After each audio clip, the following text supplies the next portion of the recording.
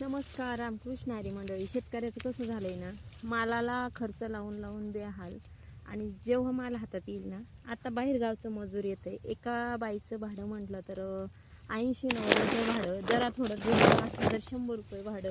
आणि सकाळी ते शेतात 7ला लागतात, तर पूर्ण ओला गच्च कापूस असतो. 10 वाजेपर्यंत ते 40-40 किलो कापूस वेचतात आणि भाव आहे 10 रुपये किलो.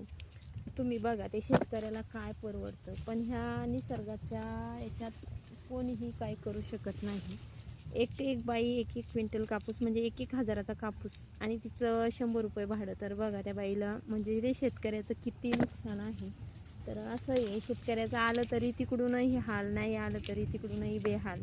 तर असं झालंय शेतकऱ्याचं.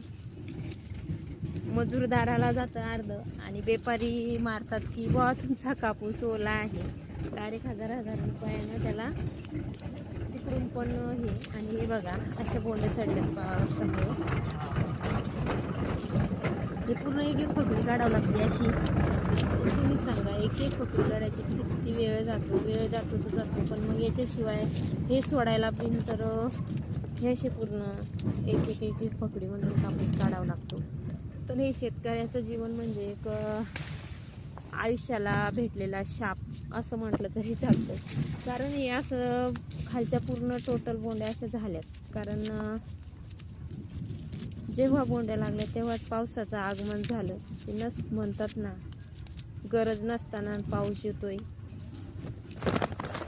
असताना आणि पाऊस येतोय गरज नसताना. तर अशा प्रकारे झालं शेतकऱ्याचं जीवन. पूर्ण कपाशी लोळून गेली आहे.